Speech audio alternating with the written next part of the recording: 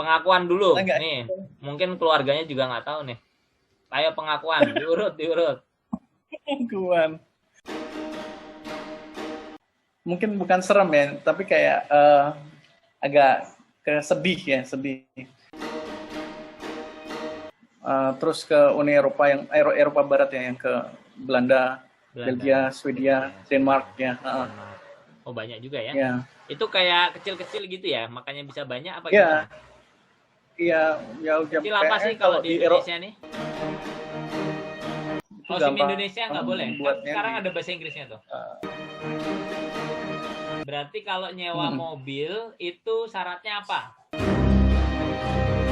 Tapi saya juga bukan pemerintah Turki, jadi ya ini pembelaan untuk membela pemerintah Turki lah. Assalamualaikum warahmatullahi wabarakatuh. Terima kasih sudah hadir lagi di channel ini, channel yang sangat sederhana sebetulnya. Ya ini kan kedua sebetulnya, ini apa namanya? Apa nyebutnya? Episode 2 dari serial baru kita namanya ini, jadi ini yang kedua gitu Be, episode 2 dari serialnya sementara ini kita sebut sebagai diasporaan gitu ya. Mungkin kita nggak mengacu yang luar biasa hebat, tapi tamu kita kali ini sangat hebat. Ini sahabat sangat dekat saya, kami sudah kenal beberapa tahun lah ya. Kita pertama kali ketemu 99 ya, baru beberapa tahun kita ketemu, alhamdulillah sampai sekarang masih nyambung. Saya sudah tahu banyak ceritanya, cuma karena ini sesinya di YouTube jadi saya mungkin nanya yang saya sudah pernah tahu. Namanya adalah Arief AMP, seperti di layar ada, tinggalnya di Tanjung Balai Karimun, di sebuah pulau yang sangat eksotis dan apa ya, membuat semangat sebetulnya. Gitu. Monggo Mas Arief mau memperkenalkan diri dulu. Oke. Perkenalan ya. Oke. Nama saya Arief Mukhlas Prasetya. Saat ini usia 36, udah 36. Ya, benar tadi penjelasan Pak Luki. Saya lagi di pulau yang indah ini, lagi tugas di sini sudah mau 2 tahun ini. Saya bekerja sebagai ya judulnya sih ASN ya, tapi pengennya memaknainya lebih ya lebih dalam. Minta doanya. Ya ini saya datang nggak tahu apa konteksnya, diaspora juga saya merasa belum belum diaspora sekali, tapi ya karena yang undang spesial juga ya, akhirnya ya karena saya beranikan. Bismillah. Makasih. Okay. Yeah. Kita langsung lompat dulu Be. Maaf ya kalau saya ngomongnya mungkin agak lompat-lompat. Kita lompat ujung dulu. B sudah pernah ke berapa negara? Pernah hitung belum? Oh ya sorry, saya manggilnya B ini panggilan sobat aja. Gimana? Oh iya. B orang udah pada tahu B. Oh saya enggak juga. Enggak, maksud saya B-nya B panggil B, manggil saya B. Oh, saya manggil B. Terserah. Nanti kita gimana? Mau manggil Mas aja, tapi kita biasa manggil B. Oke. Di berapa negara? Saya nggak tahu B. Oke. Diurut. Pengakuan dulu. Nih, mungkin keluarganya juga nggak tahu nih. Ayo pengakuan, diurut. Pengakuan. Oh ya. Ya, yang pertama selalu jadi yang paling spesial ya. Kalau bicara diaspora, bayangan saya mohon dikoreksi ya, pasti ada hubungannya orang yang pernah pindah gitu atau ngerasain di luar gitu ya, di luar negerinya. Diurut yang pertama dulu tahun 2002 pas SMA ke Jepang. Sorry B, ini kelas 2 ya? Sorry, kelas 3 ya. Oh kelas 3, oke. Jadi udah dewasa lah ya. Hormon sudah terbentuk. lanjut, sorry. Langsung hormon ya. ke Jepang yang pertama itu ya itu waktu itu ada ikut program, nggak tahu gimana ceritanya bisa ikut program pertukaran pelajar waktu SMA ke Jepang, itu yang pertama 2002. Kemudian setelah itu ya ke beberapa negara di Asia Tenggara ya. Waktu itu silaturahim juga ke beberapa teman yang karena waktu itu programnya pertukaran pelajar itu bareng teman-teman dari ASEAN. Jadi dia pilih perwakilan dari masing-masing negara. Waktu itu belum ada Timor Leste ya. Sorry B, jadi artinya, sorry saya potong dikit. Artinya hanya ASEAN, masing-masing negara dipilih untuk datang ke Jepang gitu ya? Iya, betul. Tinggal berapa lama di sana? Kalau saya tinggal kurang lebih 3 bulan. Yang lain juga sama? Yang lain programnya ada yang beragam, Abi. Ada yang lebih cepat, ada yang lebih lama, seperti itu. Oh, siap. Lanjut deh, monggo. Terus negara mana lagi? Negara mana dulu biar kelihatan kalau saya ngomong sama orang nih, oh orang ini udah ya gitu dulu dong. Lanjut dulu. Ya, negaranya. Negara ASEAN kan ya ada Malaysia, Singapura. Artinya B yang udah pernah ke negara-negara ini loh ya. Jadi semua negara ASEAN B sudah pernah? Belum, ada yang belum, misalnya kayak Laos saya belum. Oke, Laos belum. Laos, Vietnam, Kamboja sudah, terus Brunei sudah. Filipina ya, Malaysia, Thailand lah ya. Thailand sudah. Timor Leste kayaknya belum masuk ASEAN juga, jadi mungkin B belum prioritaskan, nggak apa-apa lah ya. Yeah. Lanjut, terus mana lagi? Jepang tadi udah. Pernah juga ke waktu itu ikut lomba pas kuliah. Entah gimana ceritanya ikut lomba. Oke. Ke Taiwan. Ya. Jadi yang udah pernah ASEAN ya. ASEAN kecuali Laos. Terus ya kalau saya nimpalin dikit B. Laos most likely antara, kalau boleh dibilang antara Thailand dan Myanmar kondisinya. Antara itulah gitu. Kalau Thailand itu kan memang ya kita juga lihat di TV-TV kita juga gampang lah itu ya. Nah, Myanmar another story, B juga udah pernah. Menurut saya Laos in between antara itu. Jadi orangnya memang jauh lebih santai juga dibandingkan negara yang sampingnya itulah gitu. Oke, lanjut. Berarti setelah itu Jepang yang pertama, terus Taiwan ya kalau daerah sana, terus Rusia, terus mana lagi B? Rusia itu conference, tiketnya pulangnya itu transit. Selanjutnya berarti Rusia, Cina ya? Cina di berapa kota yang udah dirasain? Ya, waktu itu di awal pertama kali ke Cina baru ke Beijing dan ke Yunnan. Oke, itu mirip kah? Apa beda tuh? Perasaannya yang dirasain lah kira-kira sekilas lah ya. Antara Rusia dan Cina? Bukan. Antara atau kota Beijing dan ya Yunnan ya. Yunnan. Ya beda ya. Beijing ini kan capital metropolis dan mungkin historinya juga sudah berdinasti-dinasti ya, kota lama. Ketika kunjungi ke waktu itu kami main ke Tsinghua, ke Universitas Tsinghua, sama ke Istana Forbidden Palace itu ya, kalau bahasa orang baratnya bilangnya istana terlarang itu. Memang besar ya, kerasa kota besar dengan sejarah kuat, terus sekarang jadi kota metropolitan dengan pertumbuhan ekonomi yang luar biasa ya. Kalau yang di kota Yunannya waktu itu transit di sana, saya mampir ke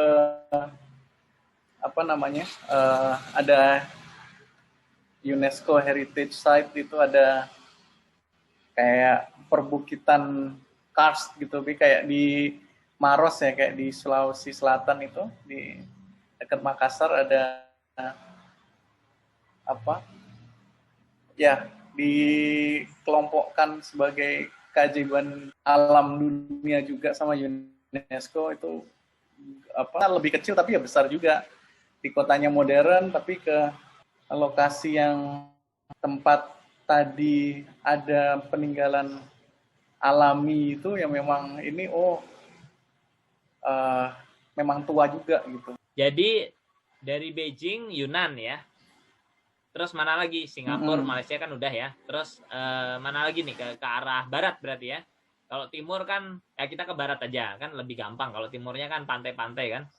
Negara negara. mana lagi yang sudah pernah nih? Biar nanti kita kebayang nih nanya apa ke Pak Muklas kan. Iya.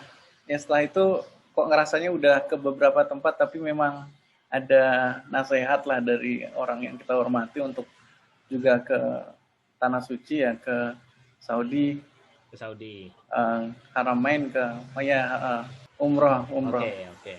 Terus selanjutnya? Setelah dari umroh itu dalam satu rangkaian juga waktu itu saya ambil cuti. Saya ke Amerika tapi transit sebentar di Turki ya, di Istanbul ya. Oke. Berarti barat Saudi gitu ya. Terus ada Turki. Oke. Lanjut. Negara mana lagi? Di tengah-tengahnya antara Turki dan Amerika ada negara lain yang pernah dikunjungi? Ketika pulang transit di Qatar, di Doha. Di Qatar, negara Qatar. Setelah itu kemarin ada satu kesempatan Nabi memang saya juga ambil cuti untuk ada keperluan, ada urusan gitulah yang mungkin udah saya rencanakan ke Eropa. Waktu itu berangkat dari Changi, direct flight ke Yunani, dari Yunani ke Albania ke Polandia, terus ke Uni Eropa yang Eropa Barat ya, yang ke Belanda, Belgia, Swedia, Denmark ya. Oh banyak juga ya? Yeah. Itu kayak kecil-kecil gitu ya, makanya bisa banyak apa gimana? Iya, jauh jam. Kecil apa sih kalau di Indonesia nih? Ya dekat-dekat tapi misalnya kayak naik kereta kan. Kalau di Indonesia itu kayak apa sih? Sekecil apa? Apa se-Jogja? Apa se-Jateng misalnya? Atau malah mungkin se-Jakarta lebih kecil lagi gitu nggak ya? Terutama yang Eropa Barat itu ya, rasa saya kok kayak ya sebentar tidur dari Belanda ke Belgia itu kayak rasanya tuh kayak naik kereta dari Jakarta ke Purwokerto gitu kali ya. Oh, jauh juga ya sebenarnya ya. 7 jam itu lebih ya. Jauh. Jauh ya berarti ya. Oke ya. Agak jauh tuh 7 jam itu berarti. Oke. Ya 5 ya 6 ya sekitar itu. Oh, oke. Siap. Karena kan saya belum pernah ya ke Eropa. Saya pikir kayak kecil-kecil kayak Singapura itu kan kalau dari ujung ke ujung paling 2 jam gitu naik kereta. Bukannya udah ke Turki, ke Belanda udah? Belanda cuma ke Schiphol transit aja, belum pernah keluar. Turki bukan Eropa ya? Masih. Turki ini pertanyaan politis itu. Lama ya? Pernah tinggal di Turki lama? 2 bulan. Ya Pak Muklas, berarti kalau saya pahami nih, yang agak lama itu di Jepang, terus setelah itu di Jepang itu 6 bulan ya, bener ya? 3 bulan. Oh 3 bulan.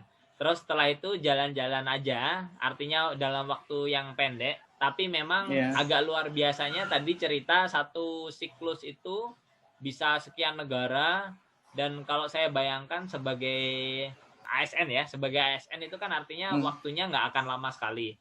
Artinya masing-masing negara paling cuma bentar-bentar gitu ya. Nah, pertanyaan saya kalau terbatas cuti. Nah, kalau bentar-bentar gitu bisa menikmati ya? Atau gimana sih cara nikmati yang kayak sebentar? Saya kan bayanginnya kalau di Indonesia gitu ya. Saya datang ke Bali cuma sehari, terus ke Surabaya sehari, capek banget gitu. Nggak ada kenikmatan gitu. Atau gimana nih? Rasanya gimana sih Pak Muklas? Menikmati jelas ya, karena memang ya sebetulnya karena pertama ya kalau boleh saya cerita buat Lucky B dan ya mungkin yang nyasar ke sini ya memang karena nggak kebayang gitu sebetulnya punya niatan, punya langkah konkret. Misalnya kayak dari beginning saya yang seperti apa yang ya katakanlah siklus apa dulunya ya maksimal main sepeda aja ke kecamatan sebelah gitu kan. Terus kok dewasa seperti ada urgensi, ada hal yang nyata yang harus saya lakukan ke beberapa tempat yang kalau dihitung kilometernya mungkin ya berlipat lah dari perjalanan sepedaan saya dari rumah saya ke teman saya beda kecamatan, ini sekarang dari satu tempat ke negara lain mungkin beda berkali lipat gitu. Tapi menikmatinya saya rasa ya mungkin karena tahu ya sana insya Allah mau ngapain gitu kan. Terus ya harapannya juga tujuannya ya saya usahakan apa ya sejelas ya kalau dibilang baik ya minta doanya, tapi yang sejelas saya coba bisa ini kan, misalnya ikut lomba tadi atau ikut konferensi atau memang bertemu kawan lama yang mewakili ASEAN itu memang saya kehormatan juga gitu ketemu mereka dan masih disambut sama mereka setelah sekian lama itu saya juga senang gitu. Terus ya misalnya kayak ada aspirasi juga, ada startup yang pengen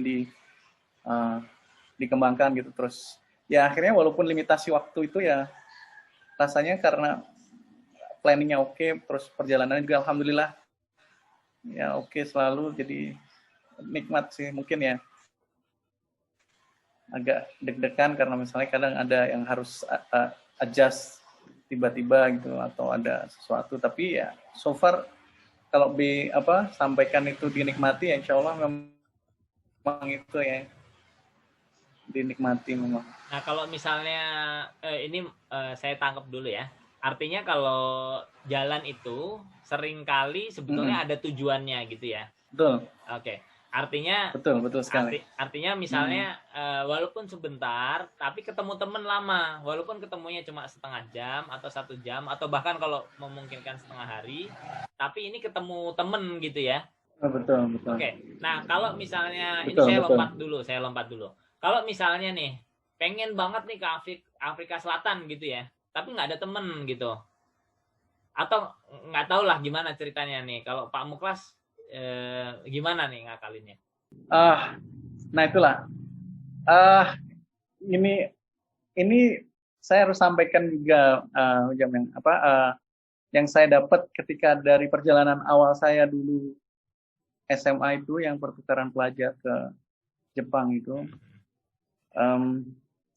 dari yang memang budayanya beda, bahasanya beda, tapi ketemu siapa juga belum tahu, tapi ada sebuah rasa dan ada sebuah nilai yang waktu itu dicoba ditawarkan oleh program pertukaran budaya itu, bahwa memang ya di mana aja itu orang bisa treat you as a stranger gitu, but then I will leave you as a friend gitu. Ya itu lumayan berkesan ya buat saya programnya. Jadi kayak siapapun yang nanti akan ketemu atau kita ada project apa walaupun baru korespondensi online gitu, tapi yakin aja ini ada hal yang katakanlah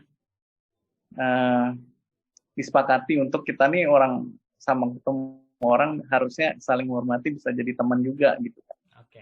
Jadi ya mungkin kemana aja bisa, kurang lebih kayak gitu. Terus pernah nggak sih ngerasain yang nggak nyenengin gitu ya, diakibatkan oleh orang lain di negara lain?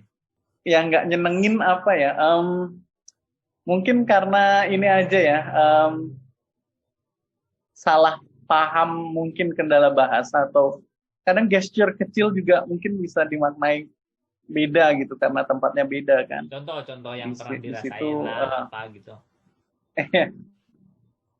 Biar persiapan kan kalau teman-teman pernah keluar. Sekali waktu itu harus ngejar pesawat connecting flight ya di bandara Beijing ya. Saya ngalamin kurang enaknya nih ketemu sama bapak-bapak gitu di dalam bandara yang dia ini seperti menawarkan, karena beliau ada di dalam juga dan pakai seragam gitu, tapi menawarkan untuk karena connecting flight-nya ini beda terminal, harus cari cara kan gitu. Padahal jamnya juga lumayan mepet gitu. Nah, ternyata Bapak ini adalah, ya sepaham saya, dia bukan untuk menunjukkan saya cara ke terminal itu, tapi malah ngantarkan ke ada semacam taksi lah gitu, taksi yang harus bayar katakanlah, atau saya juga belum tahu nanti diatur untuk sampai ke sananya jam berapa gitu. Agak kaget saja waktu itu. Harusnya yang bisa langsung pindah terminal, tapi ini karena ikut Bapak ini jadi malah saya harus lari-lari ke suatu tempat, dan di situ malah semacam dimintain uang gitu. Jadi kayak kurang oke lah. Okay. Ya jadi, mungkin juga persiapan saya yang waktu itu kurang gitulah. Artinya salah paham, dipikir ini adalah jasa gratis tapi ternyata bayar ya, gitu ya? Mungkin, ya seperti itulah. Kira-kira gitu. Dan ada paksaannya seperti itu. Oh, ada agak maksa ya. Nah, sekarang gini, dari sekian banyak, tadi kan banyak banget tuh negara ya.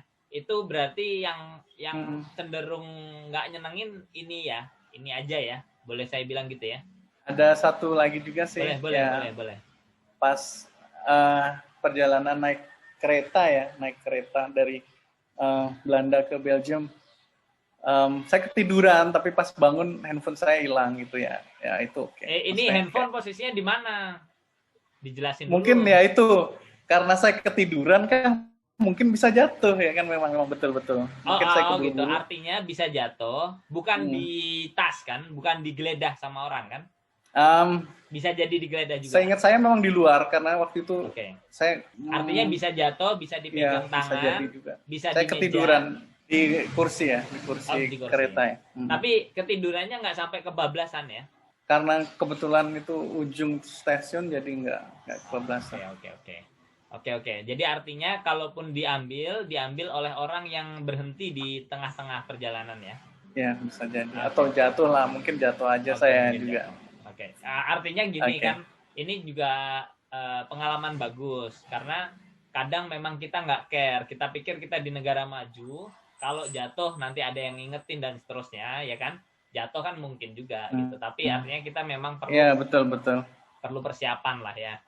Kalau dari negara yang saya lihat, yang tadi saya diceritakan, ya artinya dari sekian banyak negara, saya cuma mengambil bahwa Pak Muklas ini ngerasain dua pengalaman yang kurang menyenangkan, yang tadi sebetulnya kalau di Indonesia juga kita sering juga alami lah ya, pengalaman-pengalaman umum gitu ya. Cuma mungkin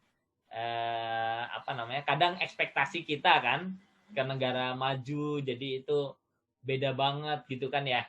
Saya mau sampaikan kalau misalnya bisa jadi sebetulnya jalan ke luar negeri ya biasa aja gitu ya, kayak nggak jauh-jauh sama jalan-jalan di Indonesia lah ya.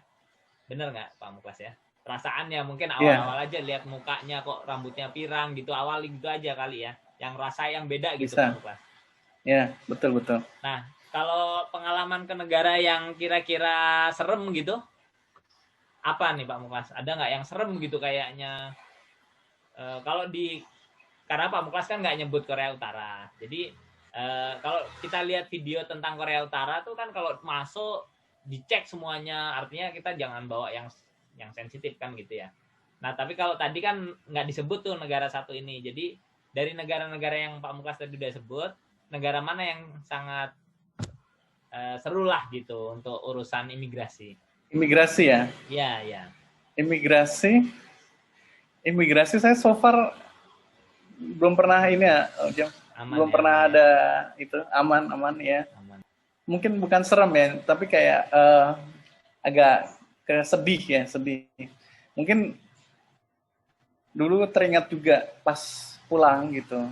Ini dua peristiwa yang beda, tapi kok feel saya tuh mirip gitu, agak sedih gitu. Waktu pertama pulang memang dari Jepang kan, pertama kali ke luar negeri, terus balik ke Indonesia, turun di Cengkareng ya waktu itu.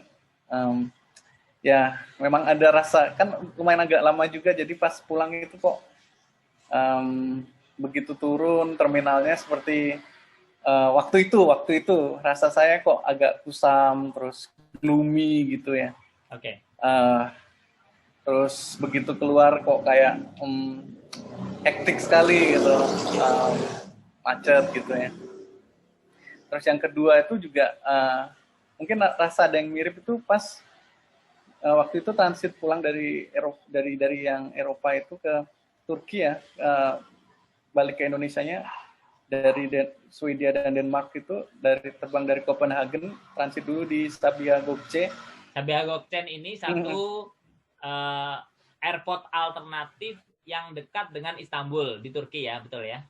Betul. Oke. Jadi artinya ya, ada bandara, kemungkinan Pak Muklas ini melakukan perjalanan darat nih di Turki ya? Dari Sabiha ke Ataturk. Oke, dari Sabiha ke Ataturk ya. Ini naik bus ya? Ada satu bus ya? Yang agak tadi mirip gloomy-nya itu ketika turun di Sabiha. Jadi kayak ini dari Denmark. Dari Copenhagen. Copenhagen. Lanjut. Dari Denmark ya. Pas turun itu cuman ada pemandangan kecil gitu, tapi kok saya jadi kayak kebaperan ini apa ya? Pemandangan ini kayak garbaratanya jalur yang untuk ke terminal ya dari pesawatnya. Itu saya lihat kayak kurang terawat gitu, ada bocor, seperti itu, ada lumut gitu kan. Itu kan kayak begitu your first step tapi kok seperti itu gitu. Tapi memang kalau yang di bandara barunya memang megah sekali yang di Ataturk gitu. Tapi kok bisa ada yang tadi saya miripkan antara begitu turun dari ya gitu. Oke. Tapi memang perlu diketahui juga oleh teman-teman, walaupun ini bukan pembelaan, Sabiha Gökçen ini bisa dibilang low cost itu airportnya Turki gitu ya. Tapi saya juga bukan pemerintah Turki, jadi ya ini pembelaan untuk membela pemerintah Turki lah. Kita lanjut. Boleh. Ada hal yang spesial mungkin bisa di-sharing Pak Muklas? Yang spesial sih sebenarnya ya saya merasa sangat beruntung ya. Di satu sisi waktu itu selalu dapat izin untuk ya bagaimanapun kan kalau di ASN kan izin atasan ini penting ya, karena bisa aja kita urus semua dokumentasinya nggak diizinkan atau seperti itu. Terus ya hal-halnya juga insya Allah ketika ikut conference atau ke ibadah umroh itu juga mungkin baik juga, jadi akhirnya dikasih gitu. Terus ya terutama waktu itu karena saya udah keluarga, saya tuh jadi ngerasa waktu itu yang sangat spesial itu ketika saya bisa ajak waktu itu anak dan istri dan saya ngerasa pede aja, maksudnya saya ajak keluar tuh seperti ini aja gitu. Kita cuman nggak ada bedanya mungkin karena saya orang Jogja pergi ke Solo gitu, perjalanan ada sama-sama perjalanannya sampai sana. Cuman bedanya paling harus siapkan dokumen aja gitu. Sempat bisa sampai ke yang ngasih hadiah anniversary lah buat istri, kita honeymoon sebentar lagi ke Penang, ke Malaysia. Oh, mantap. Saya sewa mobil terus sama keluarga nih, jalan sama anak-anak juga. Waktu itu berdua aja. Oke Pak, saya lanjutin dikit ya. Berarti kalau nyewa mobil itu syaratnya apa? Bapak kan mungkin nggak sekali doang kan ini nyewa mobil, atau sekali itu di luar negeri? Udah beberapa kali ya, karena memang kalau butuh ke banyak tempat terus waktunya agak mepet, biasanya memang di bandara ada penyediaan persewaan itu ya, bisa booking online atau memang kalau yang di KLIA waktu itu di Malaysia itu datang aja di bawah itu ada. Itu yang disiapkan ya SIM internasional ya. Itu SIM Indonesia nggak boleh? Sekarang ada bahasa Inggrisnya tuh. Saya belum tahu ya, tapi okay. Rasa saya kok memang butuh SIM internasional. Artinya perlu ngurus bentar lah ya. SIM internasional. 1 tahun ya. Kok lebih lama ya rasanya ya? Oh, lebih lama. Oke. Nanti saya coba cek. Waktu ini. Boleh Pak Muklas. Kayak gini. Oke, bentuknya dokumen ya, kayak paspor ya. Dokumen. Kayak paspor ya, kayak paspor. Iya. Oke. Berapa lama? Nanti ini. Berapa lama jangka waktunya? 3 tahun. Oh, lumayan ya. Berapa biayanya Pak Muklas? Ya lumayan. eh sekitar nggak mahal, kayak 300.000 gitu kalau nggak salah ya. Oh, oke. Nah, nyopir itu gimana? Apa bedanya gitu nyopir di Indonesia sama di luar negeri? Nyupir kalau di Malaysia kan sama ya, di kanan ya. Yang waktu itu kagok memang kalau di Eropa ya, waktu itu nyetir jarak jauh juga karena yang mau dikunjungi tempatnya di luar kota. Itu beda sih, jalur kanan jalur kiri gitu. Ya mungkin pas awal-awal harus lebih hati-hati ya. Terus ya memang ya mungkin sekarang udah ada alat bantu juga, kayak yang mau ada apa namanya, polisi, jalannya mau beloknya atau apanya gitunya. Iya. Kirain harus hati-hati sama Pak Polisi, enggak ya? Saya belum ya, Pak Polisinya belum pernah. Oke. Ya baik ya. Siap. Sekarang kita lanjut ke hal-hal yang menyenangkan. Artinya kalau tadi kan B udah cerita tentang hal-hal yang pengalaman kurang menyenangkan dari orang di luar negeri ya. Ini yang menyenangkan, yang mungkin ya banyak lah hal menyenangkan, tapi karena perjalanannya Pak Mukas ini kan banyak, artinya ketemu banyak orang yang ya gitulah kira-kira. Mohon diceritakan nih, sebagian kecil aja nggak apa-apa. Menyenangkan ya, oke lah. Saya satu yang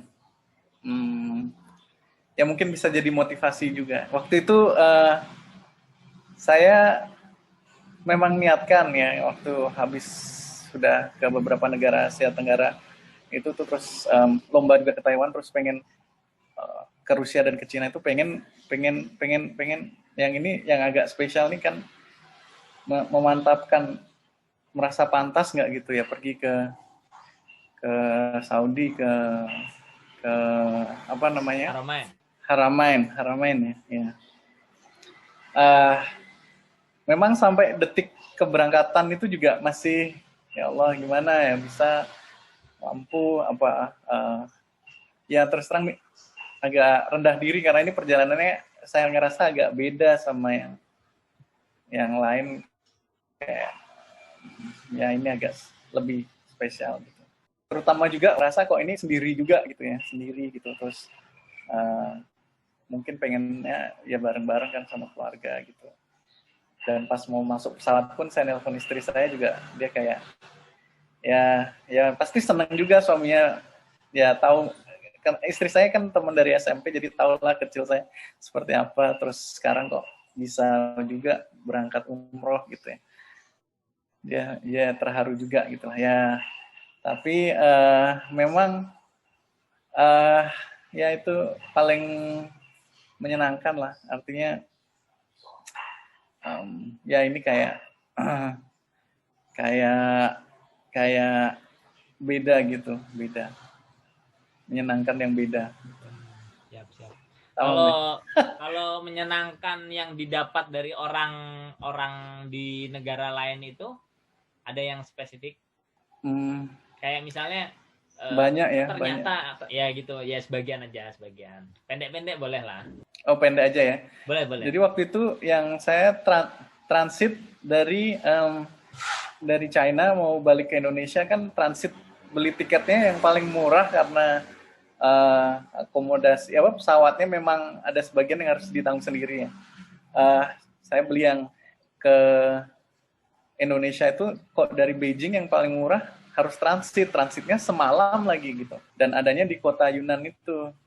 Semalam itu kalau boleh tahu dari jam berapa sampai jam berapa? Seingat saya sampainya tuh kayak pagi, terus saya berangkatnya lagi besok paginya gitu. Oh, oke. Jadi nyaris 24 jam ya. Most likely enak lah keluar gitu ya. Nyaris ya. Tapi nggak ada kenalan di Yunan ya? Iya, nggak ada kenalan, bahasanya beda gitu ya. Bahasanya beda dan bukan kota umum itu, ya?